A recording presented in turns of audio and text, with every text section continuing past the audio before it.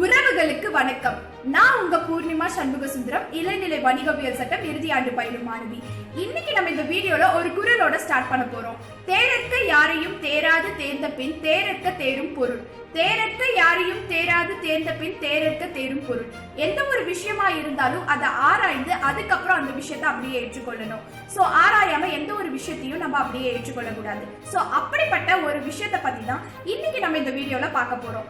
EIA draft 2020 EIA draft 2020க்கு ஆதரவு தெரிவிச்சு மிகவும் பரிச்சயமான நபர்களும் பிரமுகர்களும் ஒரு பக்கம் அவங்களுடைய ஆதரவை தெரிவிச்சுட்டு வராங்க.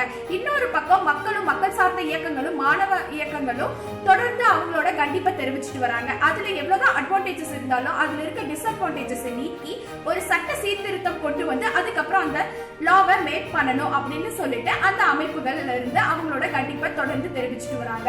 சோ நம்மளும் இதுக்கு முன்னாடி எத்தனையோ அட்வான்டேஜஸ் வீடியோ பார்த்திருக்கோம். அவங்க சொல்லக்கூடிய டிஸ்அட்வான்டேஜஸ் பத்தி தான் இன்னைக்கு இந்த வீடியோல நம்ம பார்க்க போறோம். வாங்க வீடியோக்குள்ள போவோம். ஃபர்ஸ்ட், EIA அப்படிங்கிற ஒரு விஷயம் எங்க இருந்து ஆரம்பிச்சது அப்படின்னு சொல்லி நம்ம பார்க்கணும். EIA அப்படிங்கிற ஒரு விஷயம் போபால் ட்ராஜடிக்கு அப்புறம் 1986ல கவர்மெண்ட் என்விரான்மெண்ட் ப்ரொடெக்ஷன் ஆக்ட் அப்படின்னு சொல்லிட்டு ஒரு ஆக்ட் கொண்டு வராங்க. அந்த ஆக்ட் எதுக்குன்னா சுற்றுச்சூழலை பாதுகாக்கிறதுக்காக கொண்டு வரப்பட்ட ஒரு வரைவு. ஸோ அந்த ஆக்ட்ல EIA அப்படிங்கிற ஒரு விஷயத்தை இன்ட்ரோடியூஸ் பண்றாங்க. என்விரான்மெண்ட் இம்பாக்ட் அசஸ்மெண்ட் அப்படின்னு சொல்லிட்டு அந்த விஷயத்தை இன்ட்ரோடியூஸ் பண்றாங்க. EIA அப்படின்னா என்னங்க அப்படின்னு சொல்லி கேட்டா, இந்தியால ஒரு ப்ராஜெக்ட் நம்ம கொண்டு வரணும்னா அதுக்கு முறையா அப்ரூவல் வாங்கணும். அதுல ஒரு ரிப்போர்ட் ஒன்று சப்மிட் பண்ணணும். அந்த ரிப்போர்ட்ல நம்ம எவ்வளவு ரா மெட்டீரியல்ஸ் யூஸ் பண்ண போறோம், நம்மளோட இண்டஸ்ட்ரி எந்த கிலோமீட்டர்ஸ்குள்ள லொகேட்டட் ஆயிருக்கு, அதுல அந்த இண்டஸ்ட்ரி லொகேட் ஆன இடத்துல இருந்து எவ்வளவு கிலோமீட்டர்ஸ் தள்ளி மக்கள் இருக்கணும், அதுல வெளியேறப்பட்ட கழிவுகளை அவங்க எப்படி ஆல்டர்னேட்டிவ் மெத்தட்ஸ் என்ன வச்சிருக்காங்க அப்படின்னு சொல்லிட்டு கம்ப்ளீட் பேக்கேஜா ஒரு ரிப்போர்ட்டை ஒன்று கவர்மெண்ட்டுக்கு சப்மிட் பண்ணணும். கவர்மெண்ட் அதுக்கப்புறமா ஒரு கமிட்டி அமைச்சு அதை வெரிஃபை பண்ணி அதுக்கு முறையான அப்ரூவல் வழங்குவாங்க. அந்த வழங்குறப்போ EC அப்படிங்கிற ஒரு விஷயத்தையும் கொடுப்பாங்க. ECனா என்விரான்மெண்ட் கிளியரன்ஸ் சர்டிபிகேட் அப்படின்னு சொல்லி, அந்த கிளியரன்ஸ் சர்டிபிகேட் இருந்தா மட்டும்தான் அவங்க இந்தியால ஒரு ப்ராஜெக்ட் ஸ்டார்ட் பண்ண முடியும். சோ இதுதான் ஆதியில இருந்து இப்ப வரைக்கும் இருக்கக்கூடிய ஒரு விஷயம். இதுல ஒரு சில சேஞ்சஸ் 2020 டிராஃப்ட்ல கொண்டு வந்திருக்காங்க. அந்த சேஞ்சஸ் நம்ம அமல்படுத்தினா சுற்றுச்சூழல் முழுவதுமாகவே பாதிப்படையும் சொல்லிட்டு இந்த அமைப்பினர் சொல்லிட்டு இருக்காங்க. அந்த அவங்க முன்வைக்கக்கூடிய 6 ஃபிளாஸ பத்தி தான் இன்னைக்கு நம்ம இந்த வீடியோல பார்க்க போறோம். முதல் 2 ஃபிளாஸ நானும் மற்றதை என் சக தோழர்களும் உங்களோட பகிர்ந்து கொள்வாங்க. சோ வீடியோ ஸ்கிப் பண்ணாம முழுசா வாட்ச் பண்ணுங்க. அவங்க முன்வைக்கக்கூடிய முதல் ஃபிளாஸ் என்ன அப்படின்னு பாத்தீங்கன்னா, செக்ஷன் 3 சப்செக்ஷன் 6 பார்டர் ஏரியாஸ் அப்படின்னு சொல்லி ஒரு செக்ஷன் இருக்கும். அந்த செக்ஷன்ல என்ன சொல்லிருப்பாங்க அப்படின்னா, பார்டர் ஏரியாஸ்ல இருந்து 100 கிலோமீட்டர்ஸ், அதாவது 100 கிலோமீட்டர்ஸ் டிஸ்டன்ஸ் இருக்கக்கூடிய ஏரியால ஒரு ப்ராஜெக்ட் ஒன்று ஏற்படுத்துறோம் அப்படின்னா அந்த ப்ராஜெக்ட்டுக்கு public hearing, public consultation, prior EC and EP தேவையில்லைன்னு சொல்லியிருப்பாங்க. ஃபார் எக்ஸாம்பிள், நார்த் ஈஸ்டர்ன் ரீஜனல்லாம் வந்து ரொம்ப they are very rich in high பயோடைவர்சிட்டிப்பா. ஸோ அந்த ஏரியால வந்துட்டு பப்ளிக் கன்சல்டேஷன் இல்லை அப்படின்னு சொன்னா அது வந்து violation and against the international environment law அப்படின்னு சொல்லிட்டு அவங்களோட ஃபிளாஸா முன்வைக்கிறாங்க. அடுத்தது என்ன சொல்றாங்க அப்படின்னு பார்த்தா, சப்செக்ஷன் 54ல SEIAA அப்படின்னு இருக்கும், state environment impact assessment authority. Subsection 58ல என்ன சொல்லிருப்பாங்க அப்படின்னு பார்த்தா, union territory environment impact assessment authority அப்படின்னு சொல்லிட்டு ஸ்டேட்டுக்கும் யூனியனுக்கும் ஒரு அத்தாரிட்டி இருக்கும். அந்த 2 அத்தாரிட்டிக்குமே ஆர்பிட்ரல் பவர் இருக்கு. அவங்க அவங்களுடைய மெம்பர்ஸை தானா எலெக்ட் பண்ணிக்க அளவுக்கு ஒரு ஃபெடரலிசம் இருக்கு அப்படின்னு சொல்லிட்டு நோட்டிபிகேஷன்லயும் அண்ட் அட்வான்டேஜஸ், அதாவது நோட்டிபிகேஷன்ல இருக்கு அப்படின்னு சொல்லிட்டு இந்த வரைவை ஆதரிக்கக்கூடிய ஒரு தரப்பினர் சொல்லிட்டு இருக்காங்க. ஆனா நோட்டிபிகேஷன்ல தெளிவா இருக்கு, it were constituted by central government and ministry of environment அப்படின்னு சொல்லிட்டு. சோ அது அவங்க வந்துட்டு இப்படி 2 அத்தாரிட்டிஸுமே வந்துட்டு constituted by central and environment, ministry of environment இருக்கு அப்படின்னு சொல்றப்போ, நீங்க ஏன் ஃபெடரலிசம் இல்ல அப்படின்னு ஃபெடரலிசம் அப்படின்னு சொல்லி நீங்க ஏன் சொல்றீங்க அப்படின்னு சொல்லிட்டு அவங்களோட ஃபிளாஸா அவங்க முன்வைக்கிறாங்க. அடுத்ததா என்ன சொல்றாங்க அப்படின்னு பாத்தீங்கன்னா, சப்செக்ஷன் 30 தேர்ட்டில என்ன சொல்லியிருப்பாங்க அப்படின்னா அதர் ப்ராஜெக்ட் அப்படின்னு சொல்லி ஒரு வேர்டு இருக்கும். அதர் ப்ராஜெக்ட்னா அது ஹார்ம் ப்ராஜெக்டா ஹார்ம்லெஸ் ப்ராஜெக்டா, there is no definition for other project அப்படின்னு சொல்லிட்டு அது ஒரு ஃப்ளாஸா முன்வைக்கிறாங்க. அடுத்தது செக்ஷன் 36ல மாடர்னைசேஷன் அப்படின்னு ஒரு சொல்லியிருப்பாங்க. மாடர்னைசேஷன்னா என்ன அப்படின்னா இப்போ ப்ராஜெக்ட்ஸை 3 கேட்டகரியா பிரிச்சிருப்பாங்க. A1 B and B1 B2 அதாவது A B1 B2 அப்படி சொல்லிட்டு 3 கேட்டகரிஸா பிரிச்சிருப்பாங்க. இந்த கேட்டகரிஸ்ல இருக்க இண்டஸ்ட்ரீஸை நீங்க எக்ஸ்பெக்ட் பண்ணிக்கலாம் அப்படின்னு சொல்லிட்டு நோட்டிபிகேஷன்ல சொல்லியிருக்காங்க. ஸோ அப்படி எக்ஸ்பெக்ட் பண்ணா நம்மளோட என்விரான்மெண்ட் சுற்றுச்சூழல் பாதிப்படையும்னு சொல்லிட்டு இந்த தரப்பினர் அவங்களோட ஃபிளாஸா முன்வைக்கிறாங்க. அடுத்தது அவங்க என்ன சொல்றாங்க அப்படின்னு பார்த்தா செக்ஷன் 4ல என்ன சொல்லியிருப்பாங்க அப்படின்னா கன்ஸ்ட்ரக்ஷன் ஒர்க், அதாவது செக்ஷன் 4ல சப்செக்ஷன் 2ல என்ன சொல்லியிருப்பாங்கன்னா B2 கேட்டகரிஸ் எதுக்குமே நீங்க வந்துட்டு EC and EP prior EP and EC வந்துட்டு மேண்டேட்டரி இல்லை அப்படின்னு சொல்லியிருப்பாங்க. ஆனா B1க்கும் Aக்கும் கண்டிப்பா நீங்க வந்துட்டு ப்ரியார் EC அண்ட் EP வாங்கணும் before the construction work start பண்றதுக்கு முன்னாடி சொல்லியிருப்பாங்க. அதே சப்செக்ஷன் 3ல என்ன சொல்லியிருப்பாங்கன்னா கன்ஸ்ட்ரக்ஷன் ஒர்க்குக்கு சில எக்ஸெப்ஷன் கொடுத்திருப்பாங்க. எக்ஸெப்ஷனல்ல என்ன சொல்லியிருப்பாங்க அப்படின்னா fencing the land and compound wall, building the compound வால்லாம் வந்துட்டு எக்ஸெப்ஷனல் கன்ஸ்ட்ரக்ஷன் ஒர்க்ல இருந்து அப்படின்னு சொல்லியிருப்பாங்க. அப்போ இந்த இடத்துல ஆல்மோஸ்ட் எல்லா ஒர்க்கையும், அதாவது நிலத்தை சமர்ப்படுத்திக்கலாம், அப்புறம் காம்பவுண்ட் வால் சுத்தி கட்டிக்கலாம் அப்படிங்கிறப்போ இதுல ஆல்மோஸ்ட் என்ரோச்மெண்ட் இருக்கு. ஸோ ஆல்மோஸ்ட் எல்லா ஒர்க்குமே முடிஞ்சிச்சு, திஸ் இஸ் என்ரோச்மெண்ட் அப்படின்னு சொல்லிட்டு அவங்களோட ஃபிளாஸ் இதுக்கப்புறம் அப்ரூவல் வாங்கினா என்ன வாங்கலனா என்னன்னு சொல்லிட்டு ஒரு ஃபிளாஸை அவங்க முன்வைக்கிறாங்க. ஸோ இதுதான் ஃபர்ஸ்ட் 2 ஃபிளாஸா அவங்க முன்வைக்கக்கூடிய ஒரு விஷயம். இதுக்கப்புறம் வரத என்னோட சக தோழர்கள் உங்களோட பகிர்ந்து கொள்ளுவாங்க. நன்றி. நண்பர்களுக்கு வணக்கம். நான் உங்கள் மகேந்திர பிரபு, இளநிலை வணிகவியல் சட்டம் பயிலும் இறுதி ஆண்டு மாணவன். நம்மளோட சக தோழி வந்து இன்ட்ரோடக்ஷன் அண்டு அவங்களோட ஃப்ளாஸ் எல்லாமே வந்து ரொம்ப கரெக்டாக அக்யூரேட்டாக சொன்னாங்க. அந்த வரிசையில் நம்ம இன்னைக்கு பார்க்க போகிற ஃப்ளாஸ் என்னென்னா வந்து செக்ஷன் 5 சப்கிளாஸ் 7, அதாவது ஸ்ட்ராட்டஜிக் கன்சிடரேஷன். இந்த strategic consideration first of all வந்து இவங்க வந்து ஒரு கிளியர் டெஃபினேஷனை இவங்க கொடுக்கல. இந்த வரிசையில்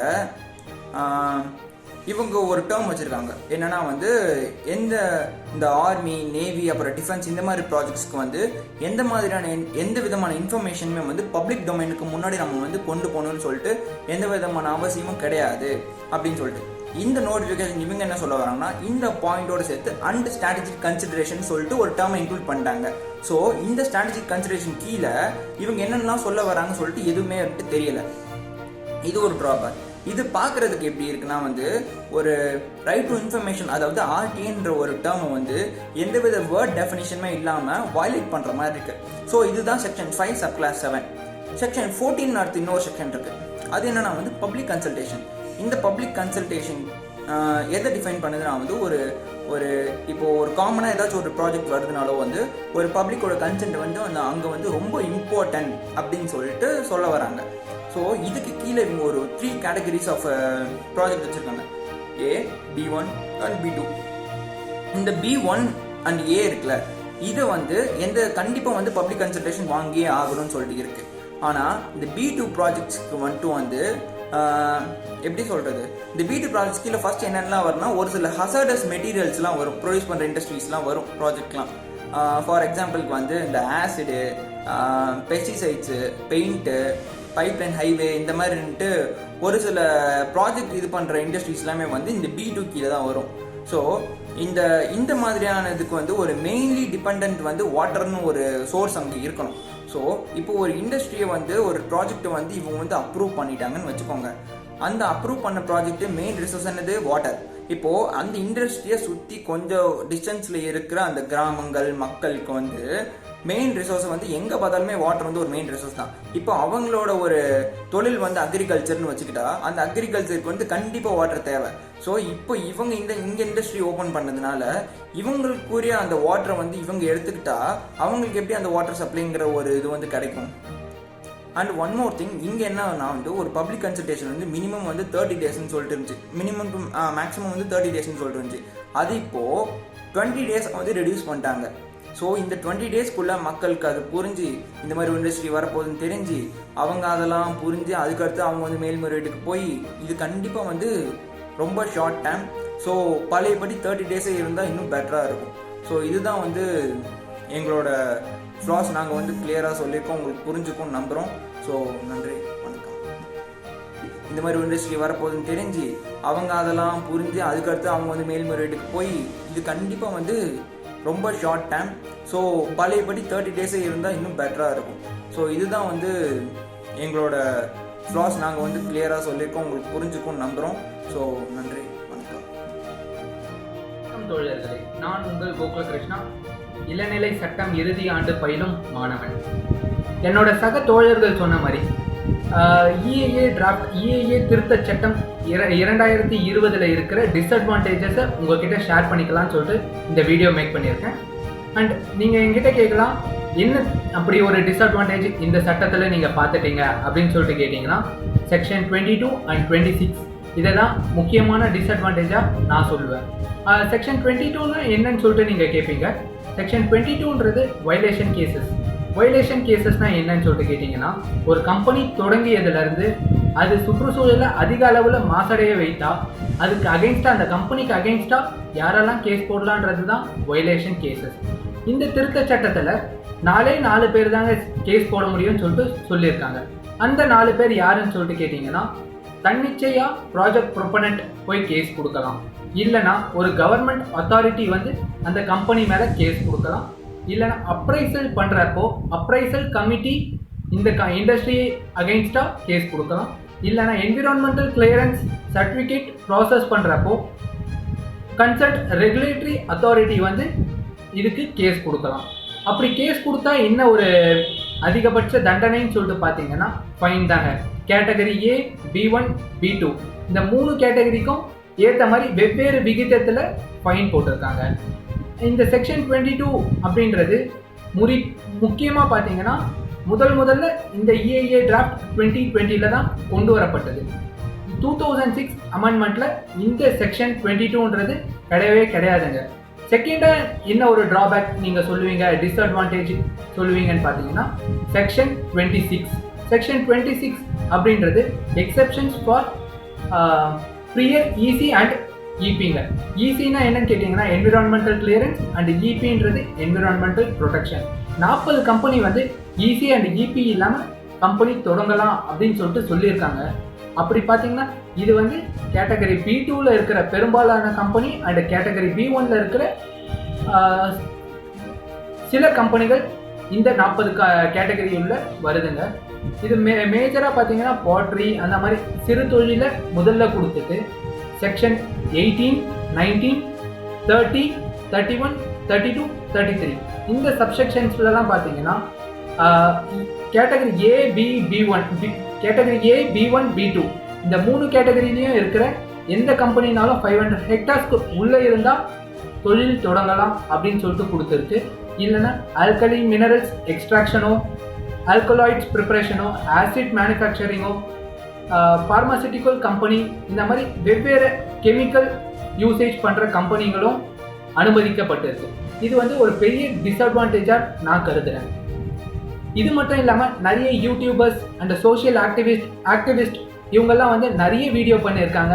இந்த மாதிரி EIA டிராஃப்டை ஃபுல்லாகவே கேன்சல் பண்ணோம், விட்ரா EIA அப்படின்னு சொல்லிட்டு நிறைய வீடியோஸ் மேக் பண்ணியிருக்காங்க. பட் நாங்கள் சொல்கிறது என்னென்னா, இந்த ஹோல் டிராஃப்டை விட்ரா பண்ணாமல் இதில் இருக்கிற ட்ராபேக்ஸை மட்டும் திருத்தி அகைன் இந்த அமெண்ட்மெண்ட்டை கொண்டு வந்தால் மக்களுக்கு நிறைய பெனிஃபிட்ஸ் கொடுக்கும்.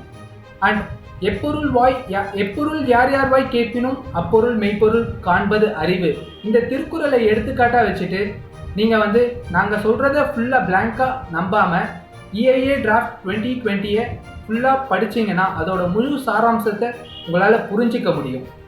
அதை புரிஞ்சுக்கிட்டிங்கன்னா மட்டும்தான் எது நல்லது எது கெட்டதுன்னு சொல்லிட்டு உங்களால் தெரிஞ்சுக்க முடியும். இனி ஒரு விதி செய்வோம், அதை எந்நாளும் காப்போம். நன்றி, வணக்கம். ஆல்கலாய்ட்ஸ் ப்ரிப்பரேஷனோ, ஆசிட் மேனுஃபேக்சரிங்கோ, பார்மாசிட்டிக்கல் கம்பெனி இந்த மாதிரி வெவ்வேறு கெமிக்கல் யூசேஜ் பண்ணுற கம்பெனிகளும் அனுமதிக்கப்பட்டிருக்கு. இது வந்து ஒரு பெரிய டிஸ்அட்வான்டேஜாக நான் கருதுகிறேன். இது மட்டும் இல்லாமல் நிறைய யூடியூபர்ஸ் அண்ட் சோஷியல் ஆக்டிவிஸ்ட் இவங்கெல்லாம் வந்து நிறைய வீடியோ பண்ணியிருக்காங்க. இந்த மாதிரி EIA டிராஃப்டை ஃபுல்லாகவே கேன்சல் பண்ணோம், விட்ரா EIA அப்படின்னு சொல்லிட்டு நிறைய வீடியோஸ் மேக் பண்ணியிருக்காங்க. பட் நாங்கள் சொல்கிறது என்னென்னா, இந்த ஹோல் டிராஃப்டை விட்ரா பண்ணாமல் இதில் இருக்கிற ட்ராபேக்ஸை மட்டும் திருத்தி அகைன் இந்த அமெண்ட்மெண்ட்டை கொண்டு வந்தால் மக்களுக்கு நிறைய பெனிஃபிட்ஸ் கொடுக்கும். அண்ட் எப்பொருள் யார் யார் வாய் கேட்பினும் அப்பொருள் மெய்ப்பொருள் காண்பது அறிவு, இந்த திருக்குறளை எடுத்துக்காட்டாக வச்சுட்டு நீங்கள் வந்து நாங்கள் சொல்கிறத ஃபுல்லாக பிளாங்காக நம்பாமல் EIA டிராஃப்ட் 2020 ஃபுல்லாக படிச்சிங்கன்னா அதோட முழு சாராம்சத்தை உங்களால் புரிஞ்சிக்க முடியும். அதை புரிஞ்சுக்கிட்டீங்கன்னா மட்டும்தான் எது நல்லது எது கெட்டதுன்னு சொல்லிட்டு உங்களால் தெரிஞ்சுக்க முடியும். இனி ஒரு விதி செய்வோம், அதை எந்நாளும் காப்போம். நன்றி, வணக்கம்.